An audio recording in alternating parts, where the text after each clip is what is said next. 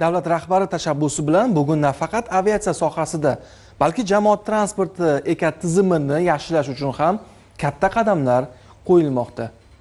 15-oktyabr kuni Shavkat Mirziyoyev Shota Rustaveli ko'chasida amalga oshirilgan rekonstruksiya ishlarini ko'zdan kechirdi. Shunchaki ko'zdan kechirmadi. Avtobusga chiqib, yo'lovchilar bilan suhbatlashdi, aholi kayfiyati bilan qiziqdi. Eng katta yangilik ko'cha o'rtasida rivojlangan mamlakatlarning ilg'or tajribasidan kelib chiqib, Bus Rapid Transit tizimi asosida ajratilgan avtobus yo'lagi Toshkent shahrida birinchi bor amaliyotga tatbiq qilindi. Agar metro yo'llari qurmaganimizda, yangi avtobuslar olib kelmaganimizda, bugun Toshkentda transport qatnovi qiyin bo'lardi. Shuning uchun odamlarni rozi qilish nuqtai nazaridan yo'llarni to'g'rilayapmiz, jamoat transportini rivojlantiryapmiz. Bunday ishlarni barcha shaharlarimizda davom ettiramiz, dedi davlat rahbari. Hamkasbim poytaxt jamoat transportidagi mega loyihalar va ularning yo'lovchilarga taqdim etayotgan qulayliklari, umuman Toshkent jamoat transporti ko'z o'ngimizda qanday o'zgarib borayotganini tahlil qildi.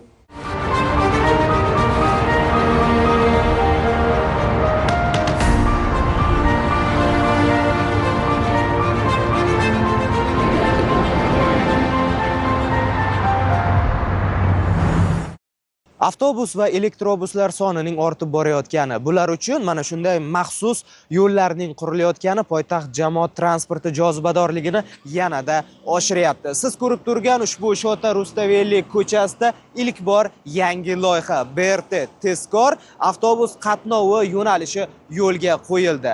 Eng e'tiborli tomoni, bunday loyiha poytaxtimizning yana 10 ta ko'chasida yo'lga qo'yiladi. Ming marta eshitgandan bir marta ko'rgani yaxshi deganidek, biz ham yurtdoshlarimizning fikrini bilishdan avval bu yo'lning qulayligini o'zimiz yo'lovchi sifatida harakatlanib his qildik. Qulay, tezkor, xavfsiz, aqlli va zamonaviy. Bu loyihaning mana shunday o'ziga xosliklari ko'p. Uzoq yillardan beri shu sohada ishlab kelayotgan haydovchilar va bu yo'llarda doim harakatlanadigan yo'lovchilar bu yangilikni qanday qarshi oldi? Bu haqda ulardan so'radik. Fikrimiz ijobiy. Yaxshi yo'llarimiz, xalqimizga ham, haydovchilarimizga ham juda yaxshi, mazza qilib ishlayapmiz. Rahmat prezidentimizga. O'zgarishlar katta, buncha tez bo'ladi deb o'ylamagandim. Biz hali ancha borib yurardik, qoyil qoldik, tez yetdik kunlarga. Vaqt jihatdan yutyapmiz. Oldin 1 soatda boradigan bo'lsak, hozirgi 30-35 minutda boryapmiz. Ishga ham tez yetib boryapmiz. Vaqtida boryapmiz, vaqtida kelyapmiz. Yarim soatdan oshib qolib ketardik, obed vaqtida yo'lda yutib ketardik. Ancha yaxshi, probka yo'q. Aslida bugun birinchi marta yurish. Juda ham yaxshi qulaylik. Bekatlarga kirish, oldingidek tirbandlik yo'q. Sherigili o'ziga borguncha kamida 50-60 bir soat ketib qolardi. Mana hozir o'tirganimga 20 minut bo'ldi. Juda ham qulay. Hamma shahar aholisi qo'llab quvvatlayapti. Men buni o'zim buni guvoh bo'ldim. Prezident Shavkat Mirziyoyev Toshkent shahridagi Shota Rustaveli ko'chasida amalga oshirilgan ushbu loyihani bevosita ko'zdan kechirdi. Avtobusda yurib yo'lovchilar bilan samimiy suhbatlashdi.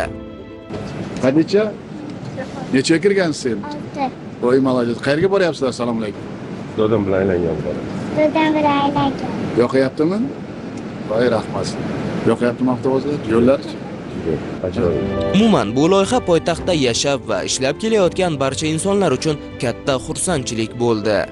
Men nihoyatda xursandman. Birinchidan shu O'zbekistonda, Toshkentda tug'ilib yashayotganimdan xursandman. Odamlarni bir paytda aytishardiki, chet elda shunaqa ko'chalar mavjud, shunaqa hamma sharoitlar mavjud deyilardi-da.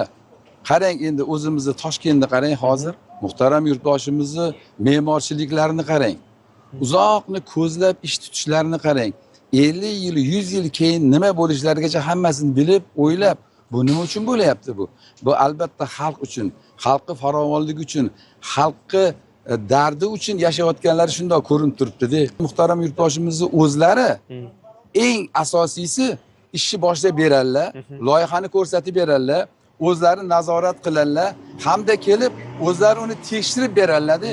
Mana kuni kecha muhtaram yurtboshimiz o'zlari kelib, shu avtobuslarga chiqib, oddiy fuqarolar bilan suhbatlashib, ularni haligi yosh bolalar bilan otalarcha g'amxo'rlik qilishlari, ularni fuqarolarimizni, aholimizni ko'zidagi quvonchlarini qarang. Bu albatta juda zo'r ish bo'ldi deb o'ylayman. Shu yerda o'qiganman, shu ko'chalarda yurganmiz. Bu eng tirband ko'chalardan biri edi.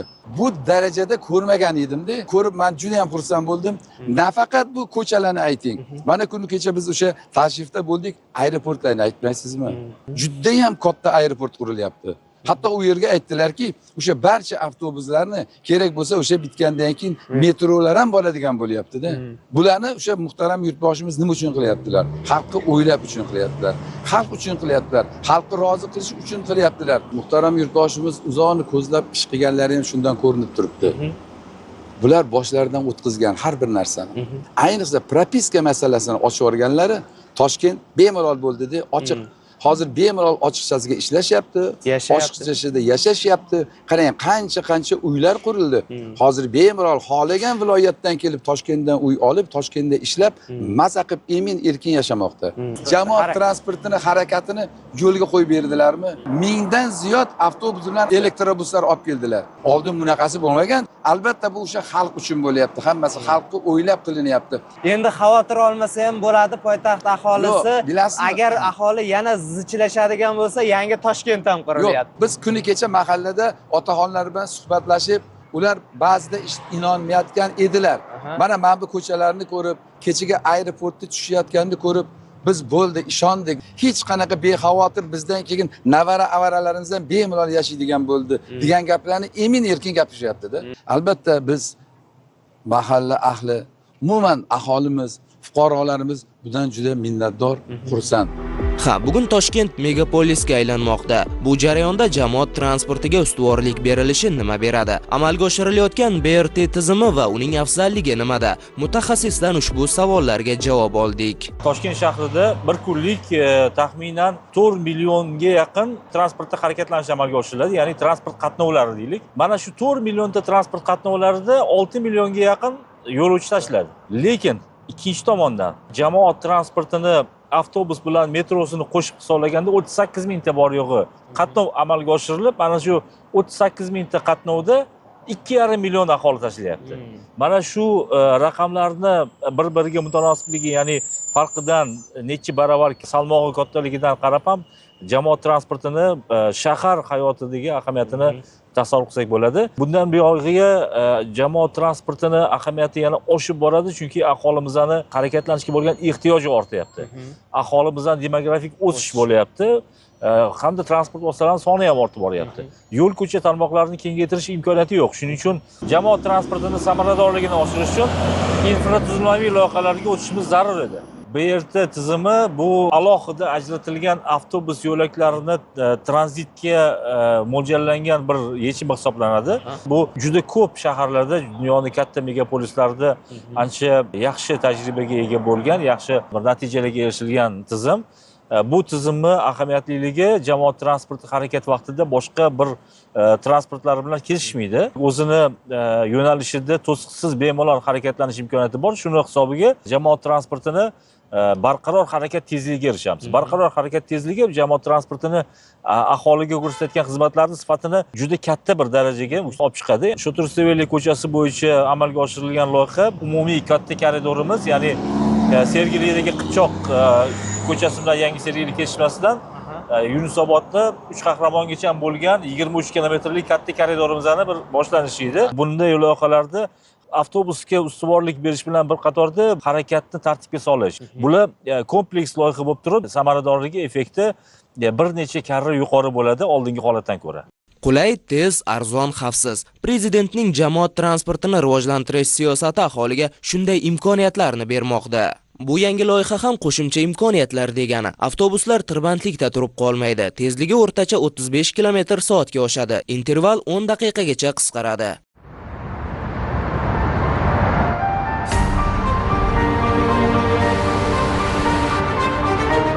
15 minut 20 minutga ham kech qolib ketardi. 9 minutgacha qisqardi vaqtimiz, yurishimiz. Mashina ham to'lib ketardi avtobuslar. Chiqa olmay qoladigan vaziyatlar bo'lardi. Hozir unaqa emas. Mana yengil bemalol ketyapti. Haydovchilarga ham qulaylik bo'lyapti.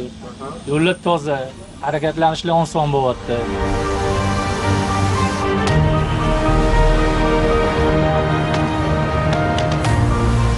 good and peaceful, and this road is new, comfortable, easy, no traffic, and I'm happy here. It's a peaceful country and nice people here.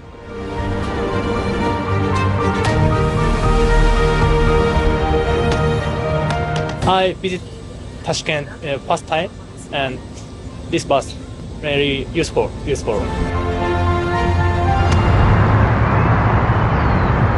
Haqiqatan tiyrak nazar bilan qaralsa, poytaxt jamoat transportida tarixiy o'zgarishlar bo'lmoqda.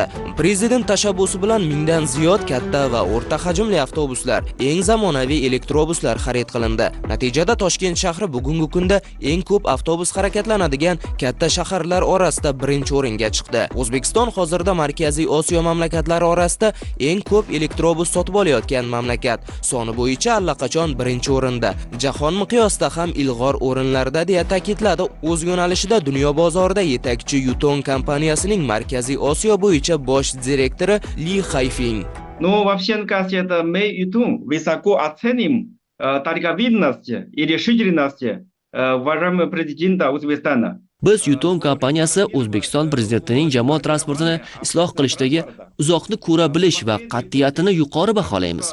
So'nggi yillarda O'zbekiston aholi farovonligini oshirish va yashil energetikani rivojlantirishni maqsad qilib, jamoat transporti tizimini har tomonlama yangilash yo'lidan bormoqda. Aynan mana shu aniq siyosiy yo'nalish Yutong kompaniyasiga O'zbekistonda transportni modernizatsiya qilishda ishtirok etish, mahalliy bozorga ilg'or mahsulotlar va kompleks servis xizmatlarini tizimli ravishda taklif qilish imkonini berdi.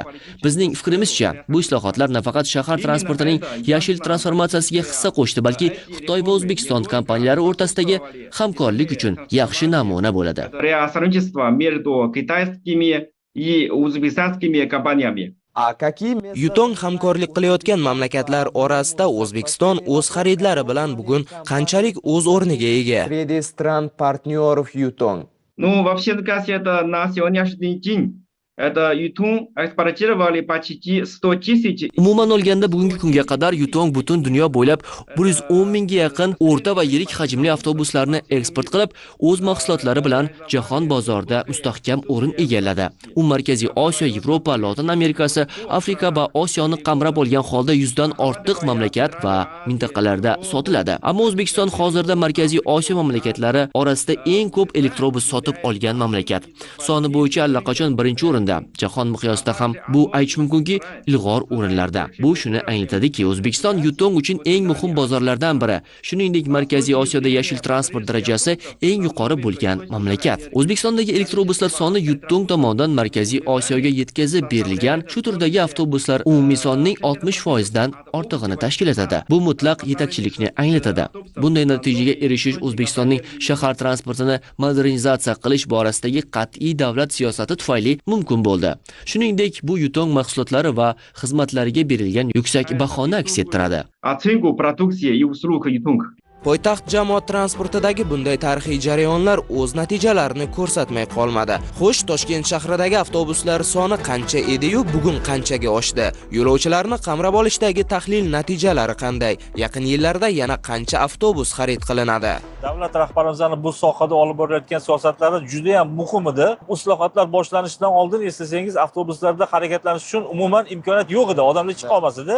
Avtobus kam edi. Avtobus kam edi, qilinish shunaqa darajadaki, avtobusga chiqish iloji yo'q edi, lekin majburan 3 ta 4 ta odam pul tashlashib taksida yurishardi. Islohotlarimizni boshiga qaytadigan bo'lsak, bor yo'g'i kunlik Toshkent shahrida zo'rg'a amallab 800 ta avtobus chiqarilardi ko'chaga. Hozirgi kunda 1600 ta avtobus Toshkent shahri bo'yicha chiqarilyapti. Teng baravar oshgan, lekin sig'imi 2,5 baravar oshgan. Bundan tashqari hozir prezidentimiz tashabbuslari bilan, topshiriqlar bilan bevosita Toshkent atrofini ham qamrab olyapmiz. Ya'ni shahrimizning atrofida yashaydigan aholi kunlik shahrimizga deyarli 1,5 million aholi kirib keladi. Ana shu aholi uchun ham shahar tashqari aglomeratsiya hududini qamrab olib, mana shu aglomeratsiya hududlarini shahar jamoat transporti bilan bitta tizim qilish masalasi bo'yicha davlatimiz rahbari topshiriq berdilar. Bu juda ham o'rnida, juda ham muhim bo'lgan bir qadam bo'ldi. Bundan keyingi rejalarimizda, ya'ni 26 dan boshlab turib, biz Toshkent shahrining asosiy yo'l tarmoqlariga mo'ljallangan, to'g'riga harakatlanadigan magistral va halqiy yo'nalishlar tarmog'ini joriy etish rejamizda bor. ana shu rejalarni amalga oshirish uchun yana 1600 ta yangi avtobuslar xarid qilinishi rejalashtirilgan. Bu albatta shahrimizdagi aholimizni harakatlanishdagi ehtiyojlarini qariyb 50%ni biz jamoat transportidan qamrab olish reja qilganmiz. Bu O'zbekiston 2030 strategiyasiga ham kiritilgan. O'ylaymanki, bu rejalarimizni muvaffaqiyatli amalga oshiramiz. Avtobuslar sonini ko'paytirish, maxsus avtobus yo'llarini boshqa ko'chalarda ham qurish prezident tomonidan ustuvor vazifa qilib belgilangan.